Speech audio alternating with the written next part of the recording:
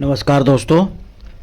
आज हम फीमेल्स की एक कंडीशन को डिस्कस करने वाले हैं जिसे बोलते हैं हाइपोप्लास्टिक यूट्रस यानी कि बच्चेदानी का छोटा होना। हम बात करेंगे ये होता क्यों है, मतलब बच्चेदानी का साइज जो है वो छोटा क्यों होता है, इसके क्या क्या लक्षण हो सकते हैं और इसके बच्चेदानी के छोटे होने के क्या कारण हो सकते हैं, और बाद में हम इसकी होम्योपैथिक मेडिसिन की भी बात कर लेंगे।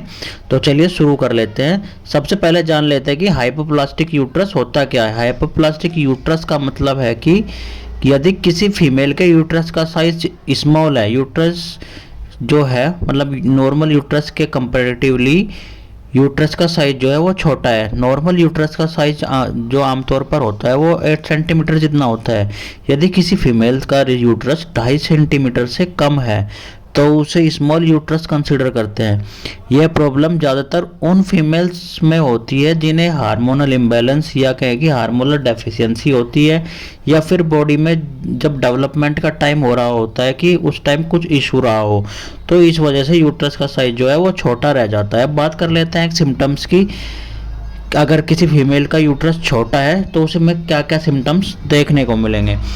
जो पहला और इम्पोर्टेंट सिम्टम्स तो यही है कि फीमेल का जो मेंस्ट्रुअल साइकिल होता है वो एबनॉर्मल होता है। कई बार ये देखने को मिलता है कि उनके मेंसेस जो है वो आते ही नहीं है, या फिर आते हैं तो बहुत ही कम आते हैं। ऐसी फीमेल को जिनको मेंसेस कम आते हैं या आते ही नहीं है, उन्हें आगे चलकर फिर क्या होता है कि प्रेगनेंसी में बहुत ज़्यादा प्रॉब्लम देखने को मिलती है, या फिर कहें कि इनफर्टिलिटी की प्रॉब्लम भी देखने को मिल सकती है। अगर प्रेगनेंसी कंसीव हो भी जाती है तो मिसकैरेज होने के बहुत ज़्यादा चांसेस बने रहते हैं, या फिर प्रीमेचर बर्थ की कंडीशन भी बन सकती है। इसके साथ ही पेल्विक एरिया है जो उसमें पेन देखने को मिल सकता है, डिस्कम्फर्ट देखने को मिल सकता है। यूट्रस का जो शेप है उसका भी वो भी थोड़ा अलग टाइप का हो सकता है।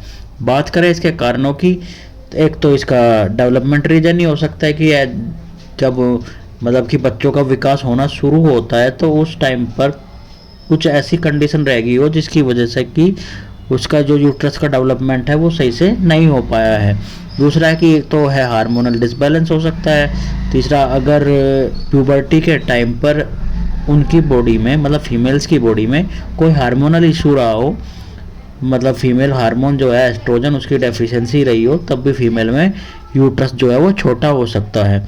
या फिर बचपन में कोई प्रॉब्लम हुई हो या बहुत ज़्यादा एक्सरसाइज की हो जिसकी वजह से यूट्रस का साइज छोटा रह गया हो, या बचपन में कुछ ऐसे ट्रीटमेंट लिए हों जैसे कीमोथेरेपी वगैरह, जिससे मतलब रेडिएशन वगैरह से जिसका बॉडी पर कुछ अलग इफेक्ट डाला हो जिसने, और उसकी वजह से जो है यूट्रस का साइज छोटा रह गया हो। और मेन कारण तो है जेनेटिक भी हो सकता है। अगर फैमिली में कोई हिस्ट्री रही हो किसी की, मतलब कि नानी की या फिर किसी की, तो इसमें भी फिर ये यूट्रस का जो साइज है उसमें के छोटे होने के बहुत ज़्यादा चांसेस बढ़ जाते हैं।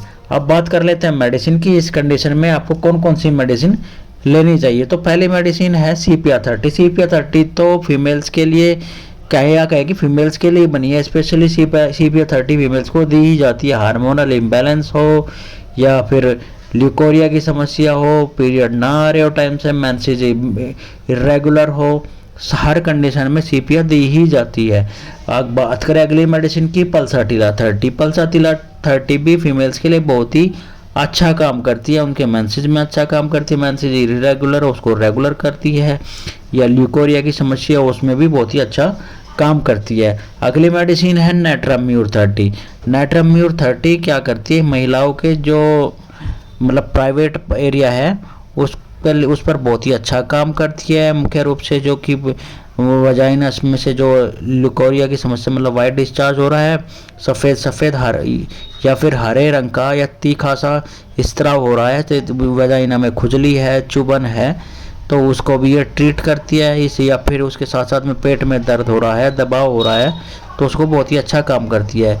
या फिर आप उनके मेंसेस जो है वो रेगुलर नहीं है, उसको इरेगुलर है, उसको रेगुलर करती है। महिलाओं में अगर बांझपन की समस्या है उसको भी ठीक करती है। ये महिलाओं में चिड़चिड़ापन, उदासी, इन सबको ठीक करती है। और महिलाओं आपको करना क्या है, तीनों मेडिसिन CPR30, पल्साटिला 30 और नाइट्राम्यूर 30 इनकी 4-4 बूंद सुबह शाम सीधा टंग पर ही लेनी है, जैसे कि 4 बूंद आपने सीपिया 30 की ले ली, फिर 5 मिनट बाद पल्सलेटिलर 30 की 4 बूंद, फिर 5 मिनट बाद आपने नेट्राम्यूर 30 की। ऐसे करके आपको 2 से 3 महीने अगर लेते तो आपकी समस्या पूरी तरीके से